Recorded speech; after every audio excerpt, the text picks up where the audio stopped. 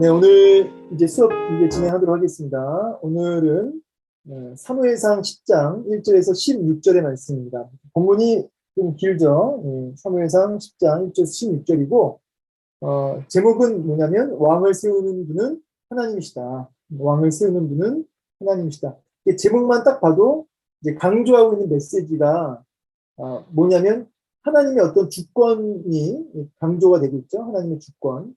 어, 세우는 분, 그러니까 왕이 우리를 다스리지만, 그러나 그런 왕을 세우는 분은 누구시다? 하나님이시다.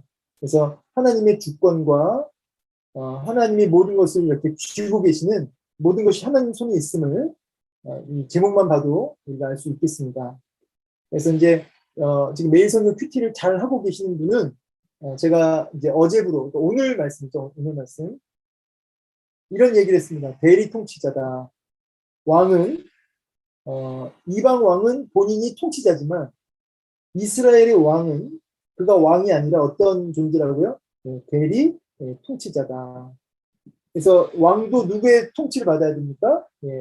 진정한 왕이신 하나님의 통치를 받아야 되는 존재다. 그래서 왕도 대리 통치자일 뿐이고, 그래서 우리의 진정한 왕은 여전히 왕정 체제가 시작되었지만, 사울을 통해서 이제 왕정 체제가 시작되었지만 여전히 이스라엘의 왕은 누구시다? 참된 왕은 하나님 한 분뿐이시다. 그래서 인간 왕도 참 왕이신 하나님의 다스림과 통치를 받아야만 한다라고 하는 메시지를 우리가 이제 매일 성경 큐티를 통해서 나누고 있고, 오늘도 그 메시지의 연장선상에 있습니다. 그래서 오늘 메시지를 통해서 우리가 정말 의지해야 되고 순종해야 되고 따라가야 할 왕이 누구신지를 이제 배워야 되는 것이죠. 하나님은 당신의 뜻을 펼치기 위해 왕을 세우기도 패하기도 하십니다.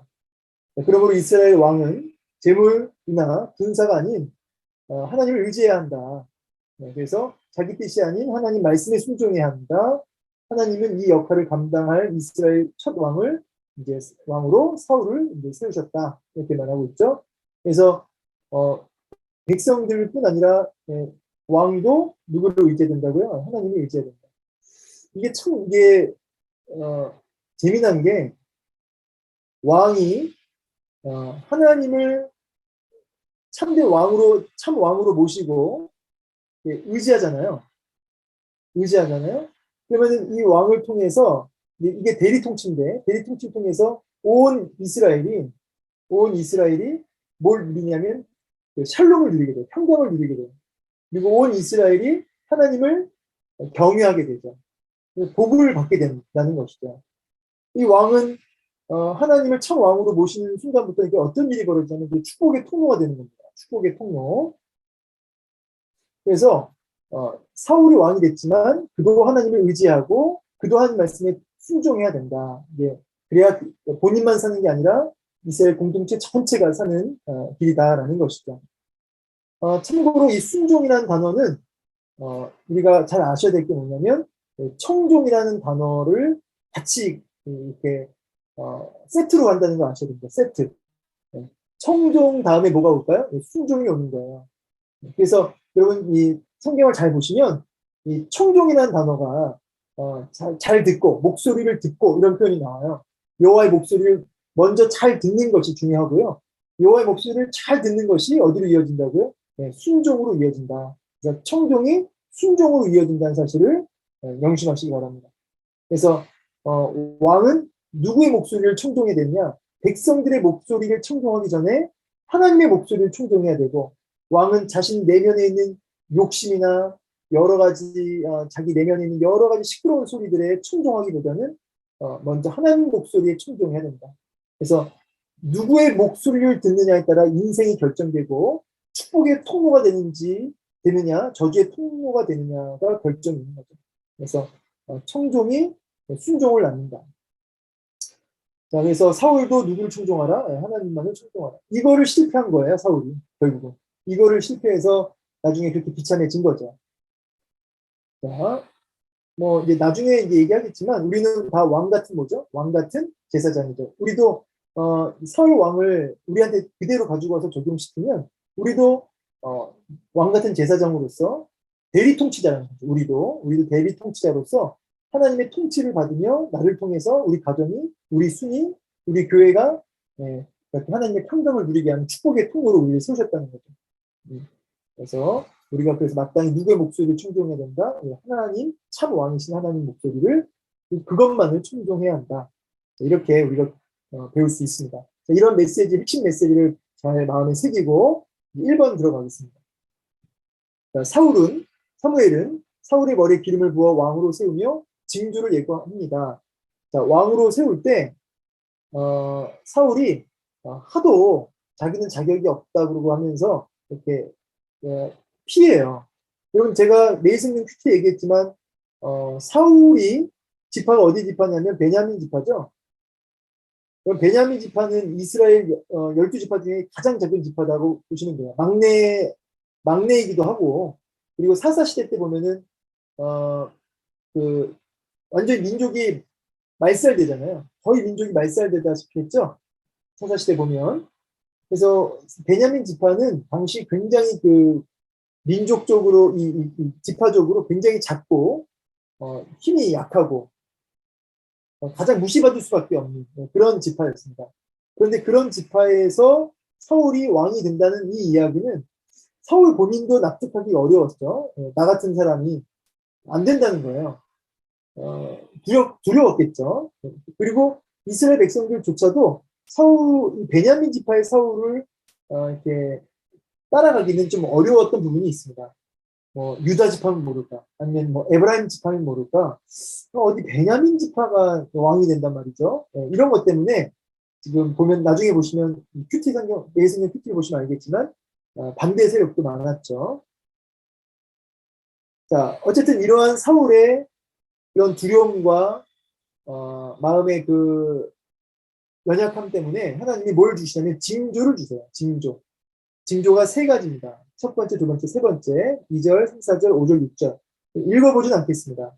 근데 이제 나엘의 묘실 곁에서 만난 두 사람에게서 암나기와 아버지에 관한 소식을 듣게 될 것. 참고로 사울이 암나기를 잃어버렸고 이제 그거를 이제 찾는 와중에 이제 사무엘을 찾아가서 그걸 암나기를 찾으려고 했던 거죠. 이런 배경은 아시죠? 그런데 이제 그런 상황 속에서 사무엘을 만나게 되고 사무엘을 통해서 이제 너가 왕이 될 것을 듣게 된 겁니다.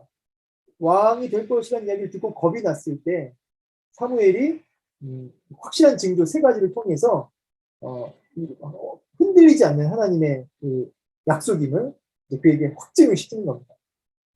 그래서 첫 번째는 암나기와 아버지에 관한 소식을 이제 네가 궁금했던 그 소식을 듣게 될 것이고, 두 번째 징조는 뭐냐면 다볼 상수리 나무에서 베델로 올라가는 세 사람이 무난하고 사울에게 떡 2덩이를 줄 것이고, 마지막은 하나님의 산에 이르러 예언하는 선지자 무리를 만날 때 사울 너도 여호와의 영에 크게 사로잡혀서 함께 예언하는, 그래서 세 사람이 되는 그런 역사가 있을 것이다 라고 하는 세 가지의 징조를 예언합니다. 이런 걸 통해서 사울은 이제 확신을 갖게 되는 거죠. 사무엘 선지자는 결코 우연히 성취될 수 없는 매우 구체적인 예언과 반복된 성취를 통해 분명한 하나님의 뜻을 확인시켜줍니다. 이는 두 가지 면에서 큰 유익이 있는데, 첫째는 뭐죠? 사울로 하여금 하나님께서 그를 왕으로 세우시고 함께 하신다는 확신을 갖게 해서 담대함, 또 용기, 이거를 주시려고 한 거죠. 둘째는 뭐죠? 사울로 하여금 자신을 세우시는 분이 누구시다? 하나님이심을 인정하고 겸손하게 나아가기를 이제 원했던 것입니다. 그래서 이제 이러한 징조를 통해서 사울 안에 있는 두려움, 불신, 이런 거를 하나님이 깨시기 원했던 거죠. 동시에 다 하나님 손이 있음을 알고 하나님 앞에 겸손하게 하나님 앞에 무릎 꿇으라는 겁니다. 하나님의 통치 아래 있으라는 거죠. 이런 징조를 주는 이유를 이제 살펴봤습니다. 두 번째, 사무엘은 사울에게 이 징조가 임하고 난 뒤 어떻게 하라고 말합니까? 답이 뭐냐면 이제 7절에 기회를 따라 행하라. 읽어드리면 이 징조가 내게 임하거든 너는 기회를 따라 행하라. 하나님이 너와 함께 하는 거다. 이 기회, 이 기회를 따라 행하라는 뭘까요? 말이 뭘까요? 이 기회는 누가 주시죠? 기회의 주인은 누구죠? 하나님이죠. 이 기회는 하나님이 주시는 거예요. 우리 인생의 여러 중요한 찬스들, 우연이 아니고 하나님이 주신 기회들이 있다는 거죠. 하나님이 주신 그 때를 따라 허락하신 그 놀라운 기회들, 놀라운 어떤 하나님의 인도하심, 그것을 따라서 나아가라. 이렇게 얘기하고 있습니다. 좀 보충 설명 볼까요? 예언이 성취되기를 기다리라는 것은 하나님의 일하심을 먼저 보라는 의미다. 이스라엘의 왕위는 자신의 정치적 소신을 펼치는 자리가 아니다. 이스라엘을 다스리는 하나님의 인도하심을 따라 순종하는 자리다. 말씀을 확인하고 나서야 자신에게 주어진 기회에 따라 행동할 수 있는 것이다. 이처럼 말씀을 따라 왕의 직무를 수행한다면 하나님은 사울과 함께 하실 것이다. 자, 이제 이 보충 설명을 좀 이제 풀어서 얘기하자면, 하나님의 말씀이, 하나님 말씀이 항상 앞서야 된다는 거죠. 그리고 앞서는 하나님 말씀을 따라서 내가 뒤쫓아가야 된다. 그래서 이 기회를 따라 행한다는 말씀도 이 모든 기회는 하나님이 주시는 건데 특별히 하나님이 말씀을 통해서 우리를 이끄시니까 말씀을 통해서 우리를 인도하시니까 하나님이 주신 그 기회를 말씀의 기준을 가지고 행하라. 네, 이렇게 보시면 되겠습니다. 하나님이 주신 찬스를 내 욕심을 펼쳐내는 일에 또 내 개인적인 어떤 이익을 떨쳐내기 위해 그렇게 사용하는 게 아니라 하나님의 말씀을 쫓아서 행하는 기회로 삼으라는 것이죠. 똑같은 기회가 와도 그 사람은 말씀에 순종할 기회를 얻었다라고 생각하는 사람이 있고 어떤 사람은 그냥 당장 내 배를 채우고 불리우는 그런 기회로 알고 자기의 욕심을 채우는 일에 연연이 없는 사람이 있는 것이죠. 사울에게는 뭘 얘기하는 거죠? 하나님 주신 기회를 너의 배를 채우는 기회가 아니라 하나님 말씀에 순종할 기회로 알고 그 말씀을 따라서 나아가라. 그 기회 때마다 하나님 주신 기회 때마다 말씀으로 나아가라. 이렇게 지금 명령하고 있습니다. 네. 그래서 이제 나눔을 보면 참 그 전에 뭐 그런 생각해요. 무슨 생각하냐면 광야에서 이스라엘 백성들이 이동을 할 때 구름기둥과 불기둥의 움직임에 맞춰서 움직입니다. 그래서 구름기둥과 불기둥이 움직이지 않으면 머물러 있어요. 먼저 움직이면 그 다음 따라갑니다. 만약에 내 마음이 조급하다고 하여 구름기둥과 불기둥이 움직이지 않았는데 조급하다 하여 자기가 먼저 가잖아요. 그럼 어떻게 될까요? 예, 간만큼 다시 돌아와야 돼요. 시간도 낭비되죠. 여러 가지 자기의 몸과 마음이 다 망가지는 거죠. 그래서 힘들더라도 인내하면서 먼저 하나님의 말씀을 상징하는 구름기둥과 불기둥이 움직이고 나서 움직여야 된다는 거죠. 그 촐로 역정이라는 게 있습니다. 우리 성경 담으로 많이 읽혀졌다고 하는 책 중에 촐로 역정이라는 책이 있는데 그 촐로 역정 안에 보면은 두 의자가 있어요. 두 의자가 있는데 하나는 정욕이라고 하는 의자고 하나는 인내라는 의자예요. 이 정욕이라고 하는 의자에 앉은 한 사람은 말할 수 없이 불안해요. 조급하고요. 불안해하고요. 급합니다. 그래서 막 어떻게 할지 몰라요. 어떻게든 어떤 상황이 왔을 때 자기가 그걸 막 피내려고 애를 씁니다. 그래서 늘 얼굴에 불안과 근심이 가득해요. 근데 이제 인내라고 하는 의자에 앉은 그 사람은 얼굴이 평안해요. 하나님께서 함께 하시고 하나님의 때가 되면 열어주신다는 걸 알고 확신 속에 평강을 누리고 있는 그런 모습을 이렇게 대조합니다. 그래서 우리가 급하게 막 인내하지 못하고 내 욕심을 쫓아 가버리면 정욕을 쫓아 가버리면 간만큼 고통한다는 사실을 기억하셔야 된다는 거죠. 그래서 마음이 급하더라도 먼저 하나님의 뜻을 살피고 기도로 구하고 말씀을 통해 하나님의 뭘 구하죠? 징조를 구하고 사인을 구하고 그리고 하나님 뜻이 확인되면 그 다음 우리가 움직일 수 있어야겠습니다. 자, 물론 이걸 적용하자고 한다면 목사님 하나님이 징조를 보여주세요. 그럼 바로 보여주시니까. 하나님 사인 달라고 하면 내가 사인 주시면 내가 가기도 하고 멈춰 서기도 할 테지만 그 사인이라는 게 주어집니까? 그때그때. 하나님 말씀 안 하시니까 우리가 답답한 거 아닙니까? 이렇게 물을 수도 있는데 하나님이 뭐 하나님 이렇게 사인을 해주세요. 하나님 알려주세요. 말하면 하나님이 당장 이렇게 우리 삶 속에 보여주실 때도 있지만 안 보여주실 때가 더 많아요. 그때는 어떻게 하는 거냐면 하나님께 기도하면서 묻는 거죠. 하나님, 내가 어떻게 해야겠습니까? 지금 제가 만약에 뭐 이직이면 이직을 하는 것이 하나님 뜻인지 모르겠습니다. 그러나 하나님 뜻을 구합니다. 하나님 네 욕심이 아니라 인내하며 하나님 뜻을 구하는데 요 이직이 하나님 뜻인지 내가 모르겠습니다. 그러니까 하나님 제가 나아갈 때 곁길로 가지 않게 주시고 인도해 주세요. 그래서 하나님 아니면 막아주시고 맞다면 열어주세요. 이렇게 하나님을 의지하며 기도로 묻고 나아가는 거죠. 그래서 하나씩 하나씩 두드리며 기도하며 징조를 구하며 나아가 보는 겁니다. 그 가운데 하나님이 간섭이 있는 것이죠. 나눔. 선지자 사무엘은 예언과 징조를 통해 왕을 세우는 분이 하나님이심을 확인해 주었습니다. 하나님이 내 삶을 지탱하고 이끄신다는 것을 확신하게 된 계기가 있으면 서로 이야기해 봅시다. 아직 하나님이 내 삶을 붙들고 계심을 확신하지 못하고 있다면 어떤 면에서 그런지 나눠봅시다. 이것에 대한 이제 나눔의 핵심은 뭐냐면 내 인생에서 하나님이 돌아보니까 참 많은 우여곡절이 있었지만 하나님이 나를 붙들고 계신다. 참 내 가정과 내 인생을 하나님이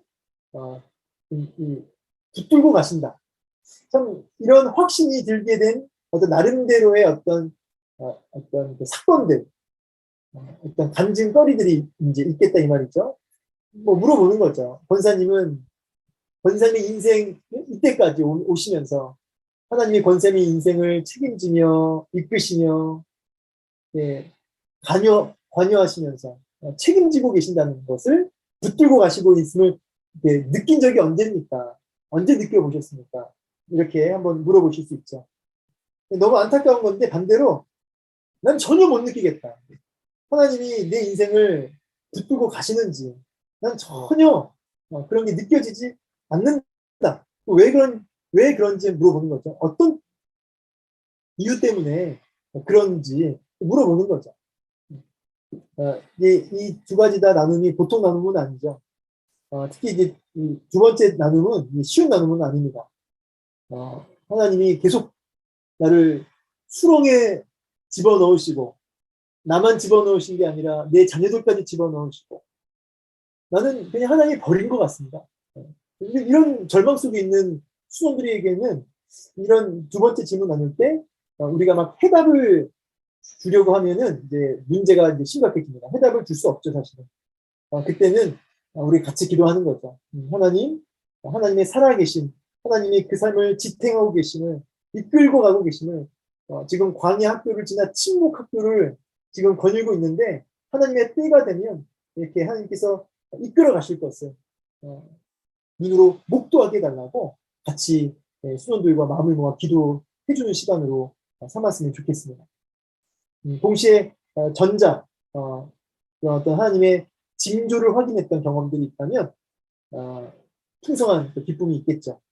제가 알고 있는 권사님들 이야기도 몇 가지 막 스쳐 지나가는데 참 놀라운 일들도 많은 것 같아요. 우리 교구 식구들 안에. 2번 사무엘은 사울에게 먼저 말씀의 성취를 확인한 뒤에 직무를 수행하라고 명령했습니다. 제 아무리 왕이라도 하나님의 백성은 말씀을 따라 살아야지 말씀보다 앞서서는 안 되기 때문입니다. 원래 가졌던 생각이나 계획을 바꾸고 하나님 말씀에 순종한 경험을 서로 이야기해 봅시다. 이 두 번째 나눔의 핵심은 뭐냐면 이거죠. 내 생각과 내 계획, 내 플랜이 있었다는 겁니다. 내가 생각했던 어떤 계획들. 그런데 이것을 하나님의 사인으로 알고 꺾었던, 완전히 그걸 뒤집어 엎었던 이런 사례들 있었으면 나눠보라는 거예요. 제가 아내한테 이야기를 안 하는 것 같은데 얘기를 했는지 모르겠어요. 근데 이건 제가 여태까지 저에게는 이런 체험들이 있는데 지금 문득 든 건 뭐냐면 결혼 전에 이제 제가 이제 모태솔로로 교제를 안 하고 아직 안 해봤던 저는 연애를 하면 결혼해야 되는 줄 알고, 이제 연애를 한다. 이것은 이꼴 결혼이다. 그렇게 이제 생각을 이제 하고 있었던 사람이에요. 그래서 뭐 이렇게 뭐 대시가 있거나 이래도 뭐 전혀 거기에 관심이 없었어요. 왜냐면 결혼해야 되니까. 그런 좀 뭔가 좀 상태가 그런 상태였어요. 근데 좋아하는 자매가 딱 생긴 거죠. 좋아하는 자매가 이제 대학교 그 2학년, 뭐 3학년이었나 2학년이었나. 근데 좋아하는 자매가 생겼어요. 좋아하는 자매가 생겨서 그 자매와 용기를 내요. 영화를 보러 가기로 약속을 한 거예요. 밤에. 전날 밤에. 그래서 얼마나 그 설레었겠습니까? 설레는 마음에 잠을 못 이룰 정도로 누군가를 이렇게 좋아해 본 적이 이제 막 그 아내가 이걸 지금 들으면 안 되는 텐데 눈이 잘 닫혀 있는지 보고 그래 참 그 설레었던 마음이 있어요. 근데 밤에 기도를 이제 잠잘 기도를 하니까 무릎 꿇고 이제 잠잘 기도를 하는데 예 하나님이 불현듯 진짜 이건 제가 체험한 여러 그 하나님의 강한 인재가 몇 번 있었는데 아니 그날도 제 3의 마음 이거는 뭐 성경 구절도 아니고 그냥 불현듯 제 마음에 확 하나님 제 마음에 그 불편한 마음을 주시는 거죠. 근데 참, 뭐 그런 건 많은 경우는 그런 경우는 많이 없었어요. 근데 아무튼 그날 밤에 왜 마음이 이렇게 불편함이 오는지, 막 계속 한 1시간 정도를 하나님하고 실갱했어요.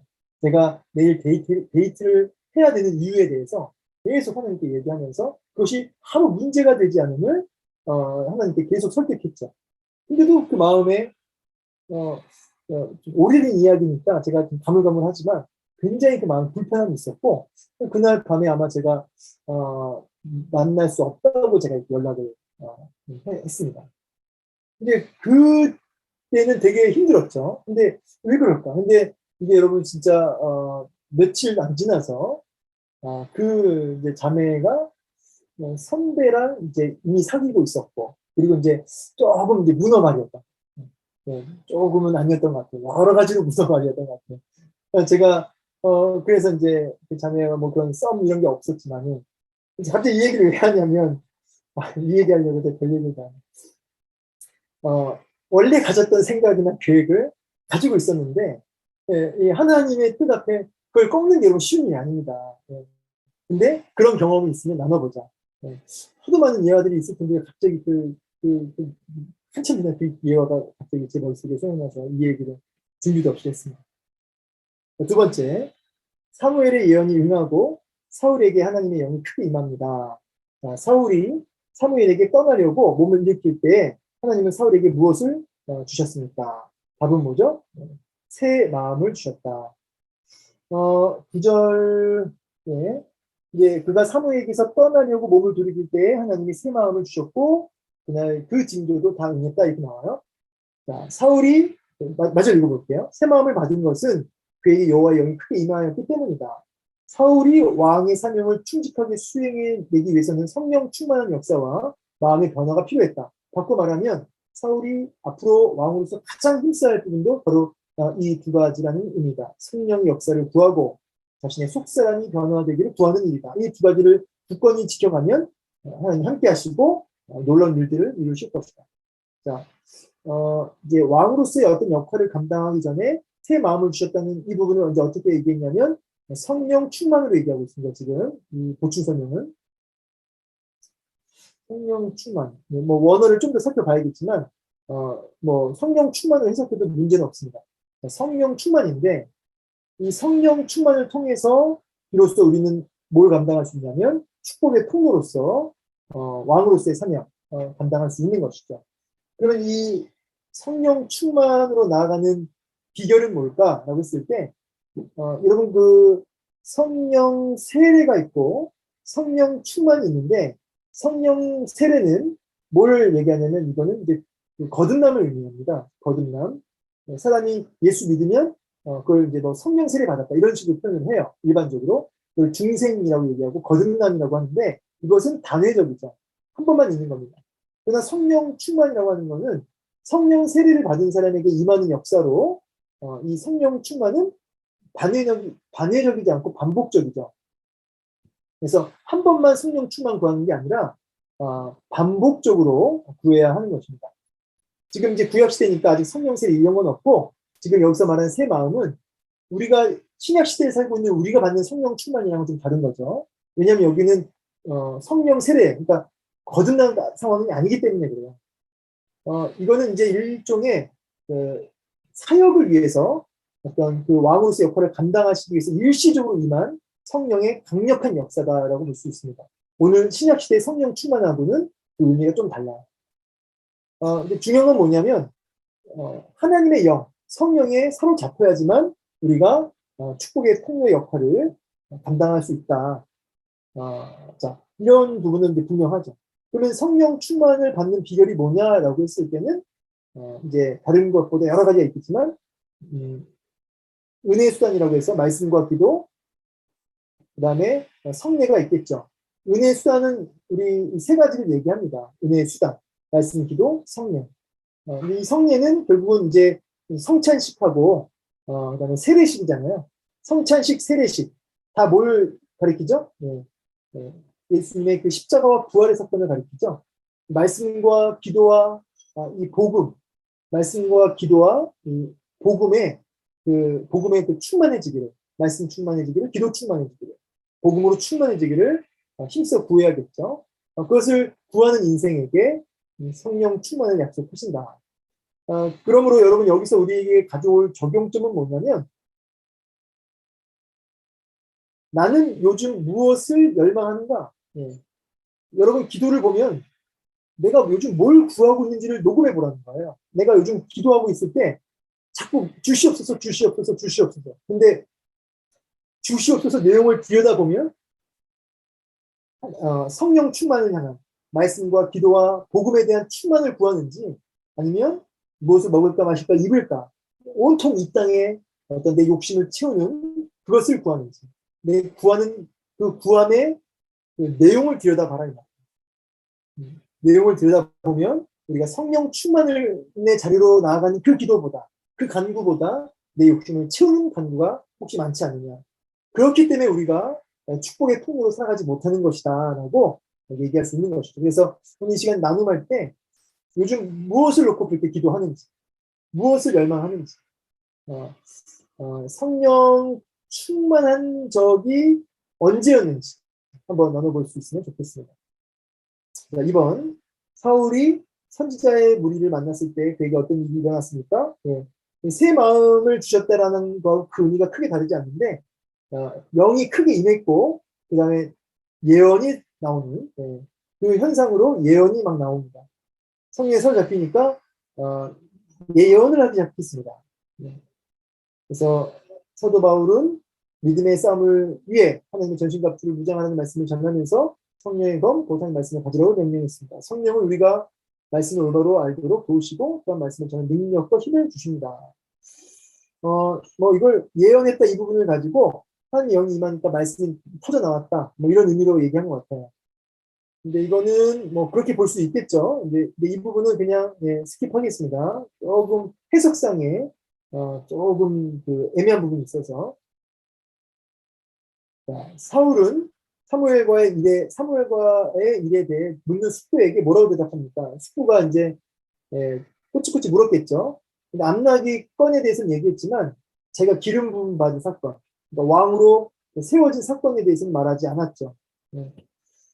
그래서 이제 대제사장이요, 선지자요, 사였던 사무엘은 가장 유력한 인물이었죠. 그런 사무엘이 왕으로 선택해서 기름을 부었고 예언과 여러 가지 징조까지 보였으니 당연히 자랑을 해도 모자랄 일이다. 근데 사울은 확실한 때가 이르기까지 침묵을 지키면서 신중한 태도를 보였다는 거죠. 이것은 이제 하나님 주신 새 마음 때문에 그런 것이다. 라고 이제 보충 설명하고 있습니다.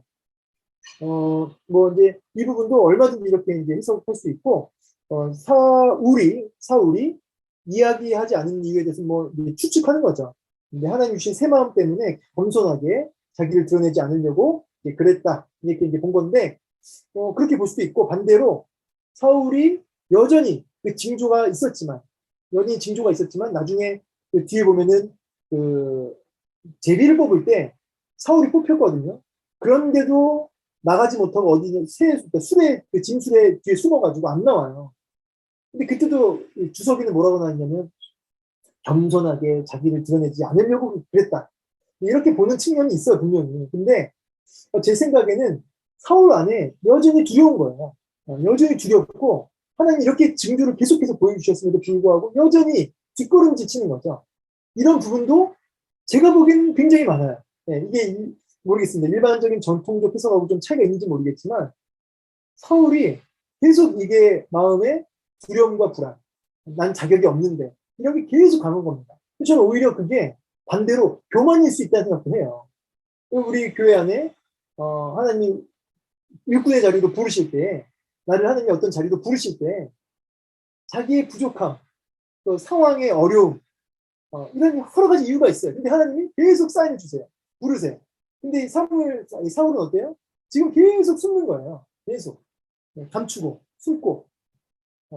그래서 이렇게 이것이 겸손으로 볼 수도 있지만 동시에 어쩌면 자기를 하나님의 약속을 확신하고 그럼에도 불구하고 나를 부르신다면, 나 같은 것을 부르신다면 내가 순종하겠습니다. 받들겠습니다라고 하는 그런 마음의 태도가 혹시 좀 부족하지 않았나 이런 생각을 하는 거죠. 그래서 저는 오히려 적용점으로 내가 하나님 앞에 겸손한 듯하나 사실은 교만한 부분이 뭐냐.